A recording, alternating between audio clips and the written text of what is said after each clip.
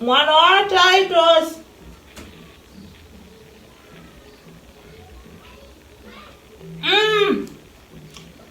Mwana wa Titus.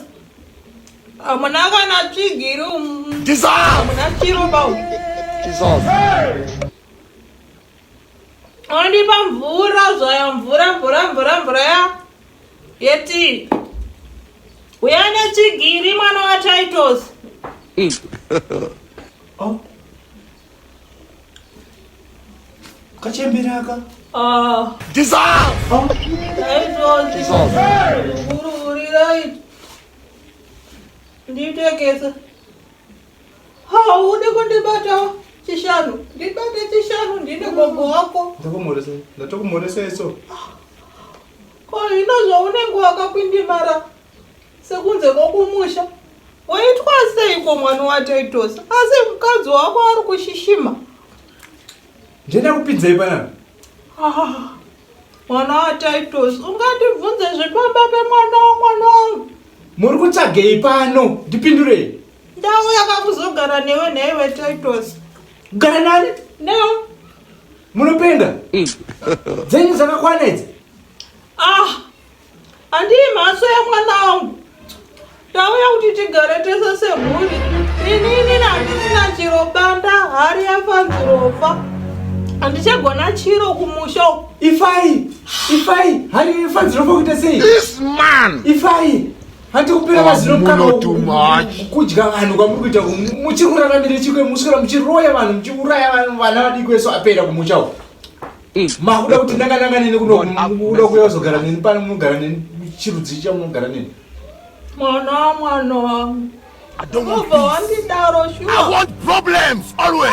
Ndini ndakakurera. Pawaringashava kuti ndazokurya nhasi. Inguva inenge yakwana. Mukengeta semimi munhu anodya vanhu. Mwana wa Titus usadaro kana. Ino ndandati ndigare ka. Look at my face. Like I could have killed a lot of people. Amugari pano. Ife pano. Dzokera kumba kuti andisida kuone pana. This man. Titaitwa ndwese bhegi renyu tore bhegi renyu mudzokere kwamabva. Munopinda mwena mamabva. Andisida zvekutamba nemi. Mwana wa Titus. Chirere chigokurera mangwana. Let's be poor. Saka ungabhorasa mbuyako. Ndiwe wega muzukuru wa Titus. No man, handisi muzukuru wenyu. Ndikaita muzukuru wemuroi. Azvinanda. This man. Namo yangu. Simukai muende makona sei. Wakakura Simukai muende. Gogo. Mwana wa Titus.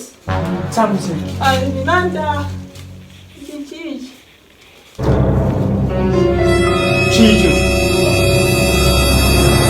Ndakuenda kumwana wa Titus. Mire gogo. Gogo. Ime para seguro kunase. Ndinoda kureketa newe. Rakazobuda ere gogo. Ko ino kana ndati ndidye newe ino zvawandiramba. Gogo ndaita kuona dhani yakasimba ere gogo. Wanditi ndinoroora ndakubvira. Gogo. Mhatso yako. Ndaishatamba zvangu. Gogo kani. Gogo.